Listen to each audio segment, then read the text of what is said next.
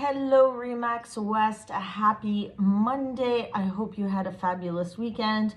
I have been paying attention to the news. I was trying to digest a lot of last week's news. There was a lot that happened last week. And then last week I hinted at, potentially war happening. And of course, Iran went and struck over the weekend to Israel. And that took a little while before it came out into the news.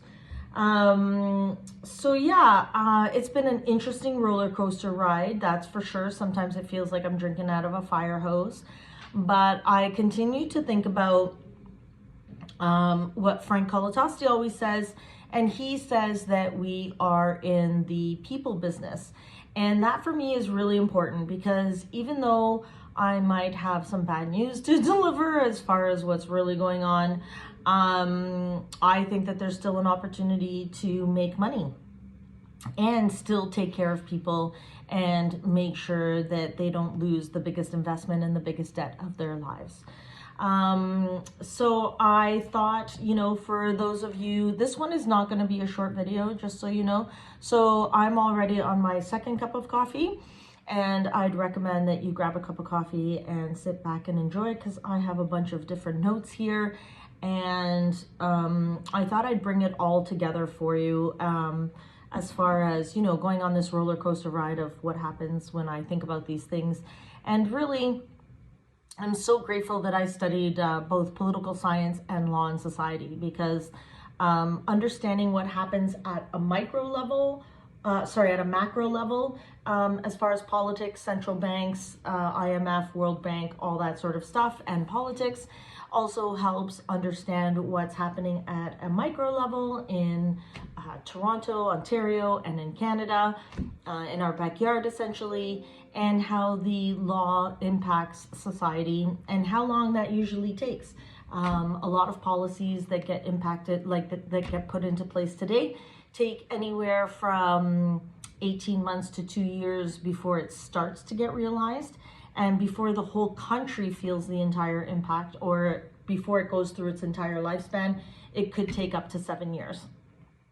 So anybody who's been following me or listening to me for years knows that since 2015, since the major bank policies, it's been a chain reaction ever since. And we're now starting to realize the impacts of it all, which is this current economic conditions. And so really what I want to say is that a lot of what we're experiencing today is really induced by policies. So paying attention to politics is really important, because the policies that get put into place really do have an impact on our lives. And having said that, some of the things that, were in the news last week is that Ottawa allows for a 30-year amortization for first-time home buyers on new homes. So this is what we are calling the nothing burger policy. This is complete, utter nonsense as far as I'm concerned. Our association, the Mortgage Professionals of Canada, has been trying to be in conversation and putting out papers to the government and making policy suggestions, and they're just not, exploring things with us, and so it's very disappointing. But this is for first-time home buyers who have to buy new construction only, so it can't be for resale market. And so what's selling in Toronto that's new construction? It's mostly condos. So what about those who want to buy a home? Well, that's got to be outside of Toronto or maybe GTA. And that means that they're further away from their family. So I'm not sure how the government thinks that they're helping Canadians, but by separating everybody. But anyways, so there's a lot of criticism around the whole thing, and I don't know, it will help a small percentage of people, but it's nothing that's like, oh, that's gonna really help with the housing crisis. Then, of course, the Bank of Canada did not move interest rates. I can do a whole conversation just on the Bank of Canada and Tiff Macklem, and wow, that poor soul, he should have been dropping rates a while back ago, but he can't. And he can't, because if he does, our dollar would plummet, because in the US, the Federal Reserve can't drop rates yet because the economic indicators there are strong. So Canada's in a little bit of a pickle these days. Can you see the roller coaster that I'm on? What else do I want to tell you about? Oh, the rates. So if you look at my rate sheet, you'll probably notice, or you might not notice that, because nobody's talking about it, is that the 3-year bonds and 4-year bonds changed. 3-year rates changed a quarter point. Rates don't change a quarter point ever, or they haven't in a very, very, very long time. So for me, it's a big deal. A lot of people have been looking at the 2 and 3-year fixed rates as a short-term option. And yeah, the 3-year rate went up a quarter point. That's a lot. And the 4-year went up 15 basis points. And the reason why none of this is on the news is because the 5-year fix did not move at all. And yeah, so that's bonds. And then, oh, the federal government committed to exploring CRA income verification to address mortgage fraud. And I don't know, as a political scientist, I'm going to say that that is complete, utter nonsense, because there's nothing to explore. If the government sat down with Mortgage Professionals Canada, it would be a whole 5-minute conversation, and it's a 1-page piece of paper. And basically, the whole 5 minutes of the conversation, the largest portion would be addressing the Prime Minister by saying, "Thank you, Mr. Prime Minister, for allowing this time to have this conversation. To address income fraud in Canada, all we need is borrowers to sign this one piece of paper that allows us to check in with CRA." And that would take care of most of fraud for shelter in Canada. And so I don't know what the government has to explore, but, you know, I guess when you're not really proficient in your job, I guess that's what happens. So I don't know, we'll see what happens with that. I have a whole bunch of notes here. I think I'd be here forever. The other thing I wanted to bring up is that there was a real concern that the RCMP brought up, and a lot of the notes of 148 pages, I think, or something like that. I think 98% of it was redacted. And basically it was talking about is that if Canadians knew just how bad things were, that there'd probably be civil unrest. And so I think that there's enough protests happening, or a lot of people that are disgruntled that are starting to realize that not everything is adding up the way that it should. And so if you feel this gut in your stomach saying something's wrong, not 100% sure, you're probably on the right path. And there's usually a joke about how actuaries are the only people who can make 2 + 2 = 5. And that's a math joke, because actuaries are actually what I like to call mathematical geniuses. They're math scientists.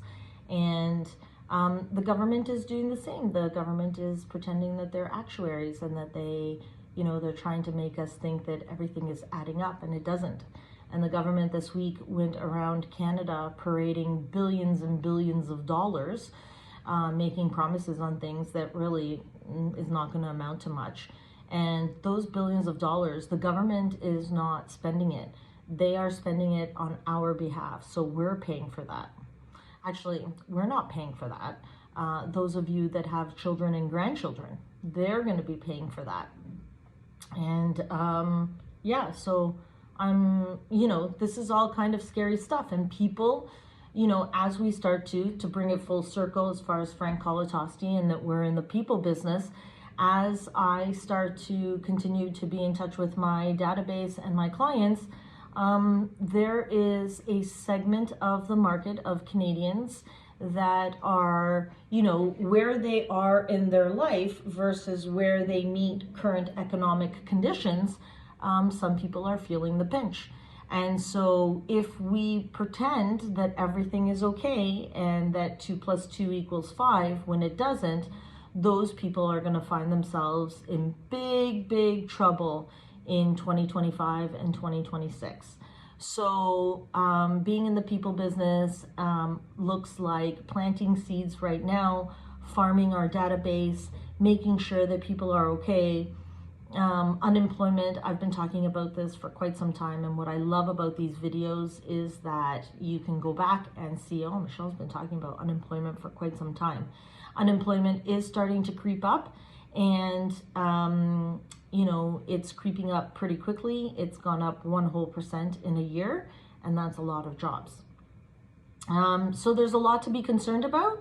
But at the same time, when I think back in my 25 plus year career, back in 2000, 2001, when the bubble happened, I have, you know, some awards over here from 2000 right up until 05, 06. Then I went to go work for GE Money Mortgages in Canada. So I went for a few years to work for an American company starting up a lending in Canada, and I got to watch the 07 and 08 blow up happen, which was amazing to learn. And when I came back into the business in 2008, I came to the Remax High Park office, and you know, I started in 09, even though the world had pretty much, as far as liquidity was concerned, completely dried up, which is starting to happen now, by the way. I was still picking up hardware. So there's plenty of opportunity for us to make a lot of business and to do really well and have some great years ahead.